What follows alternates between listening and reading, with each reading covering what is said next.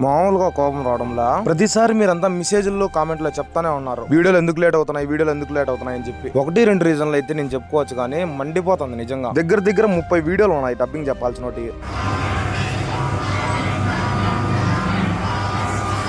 ఇది పరిస్థితి. Video dubbing చెప్తా అని చెప్పి డోర్ మూస్తే ఏదో ఒక పని మీద లోపలికి బయటికి తిరుగుతా ఉంటారు. నార్మల్ ప్రతి ఒక్క ఇంట్లో. సరే దీనమ్మ బయటికి పోయినా చెప్పుకుందాం అనుకుంటే ఇంతసేపు బయట ఏం చేస్తున్నావు అని చెప్పి క్వశ్చన్లు ఫోన్లు చేసి ఫ్యాన్ ఆపేసి ఉడకలో చచ్చిపోయి కనీసం ఒక వీడియో కూడా డబ్బింగ్ చెప్పుకోలేకపోయినా. అది నా పరిస్థితి. ప్లేన్ మోడ్ పెట్టి వీడియోలు డబ్బింగ్ చెప్దాం అనుకుంటే ఎవరు ఇంపార్టెంట్ కాల్ చేస్తారని చెప్పి అదొక బాధ. ప్రశాంతంగా ఈ టైంలో ఎవరు కాల్ చేయరని చెప్పి ఎడిటింగ్ ఓపెన్ చేస్తే కాల్స్ మీద కాల్స్. ఫోన్లు చేశారు, ఎత్తి ఏదైనా మాట్లాడదాం అనుకుంటే బాగున్నావా తిన్నావా అని చెప్పి ఈ క్వశ్చన్లు 2 సార్లు. ఓకే, అర్థం కావడంలో చెప్పేది మీకు. పర్సనల్ గా కొంతమంది ఒక ముద్ర వేసినారు అనమాట. ఫోన్లు ఎత్తను, టయానికి ఫోన్ ఎత్తను అని చెప్పి.